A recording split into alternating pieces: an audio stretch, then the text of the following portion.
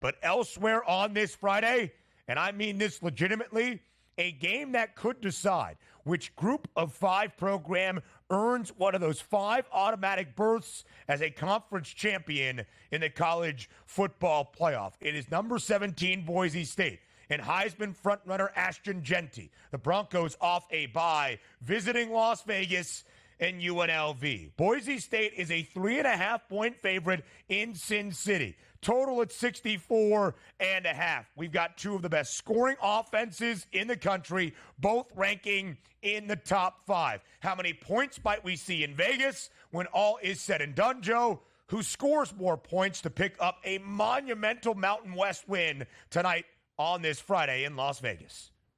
Yeah, I mean, this is a fascinating game because Jeanty is going to have a national spotlight game here tonight. So the whole country is going to see him. This is going to be a huge effort for him. And by the way, this game, in all likelihood, could determine the group of 5 team that actually makes the playoffs. And I believe Boise's only loss was by just 3 to number 1 Oregon. And boy, oh boy, a win by UNLV would help negate that overtime loss to Syracuse, Ben. So this is huge. But I also don't think UNLV's defense at home is just going to roll over and hand Jeanty the Heisman trophy here tonight. I do love this switch at quarterback, obviously, for UNLV. I think they're a more dangerous offense than they were. I think UNLV has the better defense, but most importantly, Ben, UNLV is heads and tails better on special teams than Boise State. UNLV's special teams is the best in the country. And when you're talking about a home dog getting more than a field goal, which is what we have here, and a total at 64.5, I want the team that's going to give me the edges where it matters. Field position, field goals, punting, those kinds of things. Yeah, I'll take your 3.5 points with UNLV at home in this one. I think it's going to be a fun one, but it's one UNLV probably is going to win outright. Keep an eye on Ricky White for the Runnin' Rebs. I believe it's 3 consecutive games or 3 of the last 4. He has blocked a punt. It is crazy what UNLV can do under Barry Odom on those special teams, all 3 phases, baby. It's coach speak, but it does make a difference for UNLV. Boise State's second best rushing offense in the country, putting up nearly 290 yards per game. The go-go offense of UNLV has not skipped a beat with Haj Malik Williams as their quarterback, 6th best rushing offense in the country. Joe, 2 of the 5 best scoring offenses, 2 of the 10 best total offenses, 2 of those offenses that average more yards on the ground than through the air. Neither bad defending the run, both allowing less than 106 yards per game, but they will be tested. Here's also an edge for Boise State. The Broncos, 29 sacks this year, the most in all of FBS college football around the country. So we shall see a huge one tonight. Again, Boise State minus 195 to win the Mountain West. This is a Mountain West conference game. Boise State won the Mountain West championship a year ago. The Broncos are ranked 17th in the country. They are the highest ranked group of 5 team at this moment. They have a minus 115 price to reach the college football playoff. And UNLV's only loss in non-con action against Syracuse still at 6-1. If the Runnin' Rebs are undefeated in the Mountain West, including this victory over Boise State at home tonight, there's a great chance for them to see the CFP. Ashton Jeanty, his rushing yards prop, 190.5. The only 2 times Joey has failed to go over that number is when he has skipped the second half of Boise State's blowout wins against Utah State and FCS foe Portland State. Again, 5 ranked versus ranked matchups in week number 9, the final Saturday in October of this 2024 college football season. And what makes 5 ranked versus ranked games? We already talked about Vandy checking into the AP poll at number 25 for the first time in the middle of a season since 2008. The Doors, one of the reasons we have 5 ranked versus ranked contests. So are the midshipmen of the Naval Academy, ranked for a second consecutive week, number 24 in the nation. They take on 12th ranked Notre Dame on Saturday afternoon in East Rutherford, New Jersey, inside MetLife Stadium. And here we are, Mark Zinno, despite your Army allegiances, Unbiased breakdown, please, for this matchup between Notre Dame and Navy. 12.5-point number in favor of the Fighting Irish. The total is 51.5. Not only is not only is Navy 6-0 for the first time since 1979, they are also a perfect 5-0 against the number in games played against FBS competition. Can Navy pull off the upset over Notre Dame on Saturday?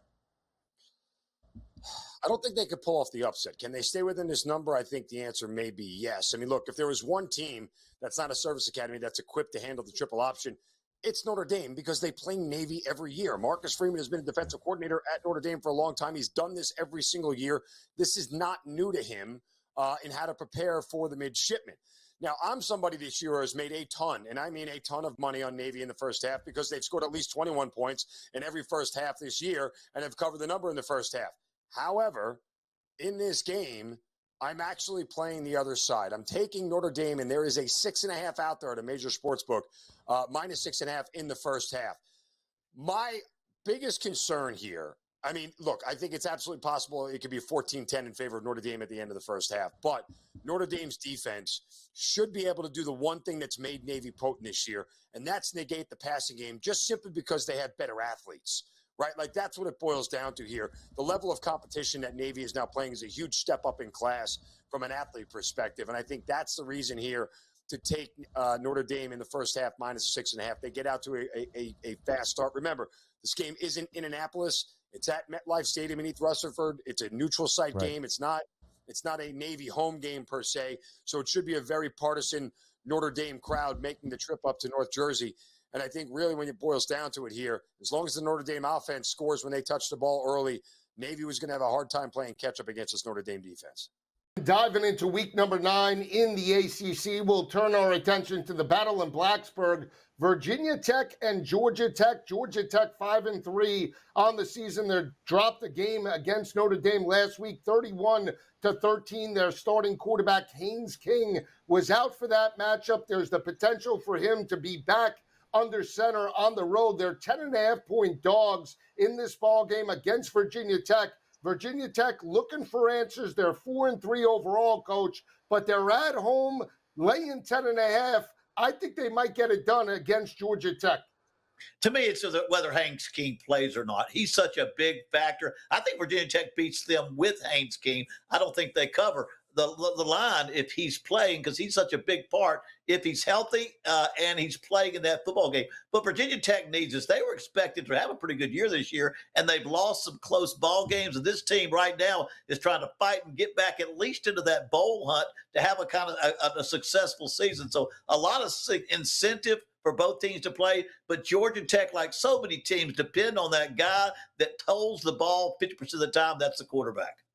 Yeah, when you look at Virginia Tech's offense as well, they're coming off a dominant home win over Boston College, 42-21 on a Friday night. Their running back Chutin rushed for 266 yards on the ground. That was a school record, but that goes right into the front seven in strength of Georgia Tech's defense, only giving up 111 rushing yards per game. Do you feel that the rushing attack of Virginia Tech could get going on Saturday afternoon? No, I think against Georgia Tech, you've got to be able to mix the run with the pass. You're not going to be able to line up and just run every down. You've got to, in fact, you might open the game with a passing attack, just to get them back on their heels, because they are geared to stop the run, and Virginia Tech needs to run well. And like I tell a lot of people, if you want to run the football, throw 3 or 4 passes to start the game just to get your defensive secondary and people backing up or playing on their heels instead of playing on their toes coming forward. Yeah, now if Haynes King can't go, Coach, it'll be the quarterback, Zach Pyron, that played last week, put up 13 points against one of the better defenses in college football. The potential to maybe have at least a big game under his belt before he heads into Blacksburg could be a benefit for this offense. When you look at Georgia Tech overall, even with Zach Pyron, can they strike the upset? If so, what do they need to do from an offensive perspective against that Hokies secondary and defense? Well, the quarterback has to have a good game. But I thought they would play Notre Dame closer. I thought it would be a closer football game. I think the way they were handled by Notre Dame makes me – it's kind of an unknown. Is this quarterback going to get a lot better in his second game? Can he throw the ball like he might need to? So I think it all boils down to him, the guy like him, the quarterback having a good day, and can he mix the pass in the game with him? I think this game potentially goes over the 51.5. I do lean to Virginia Tech in the matchup. Georgia Tech did win this ball game last year in Blacksburg by a score of 28-27.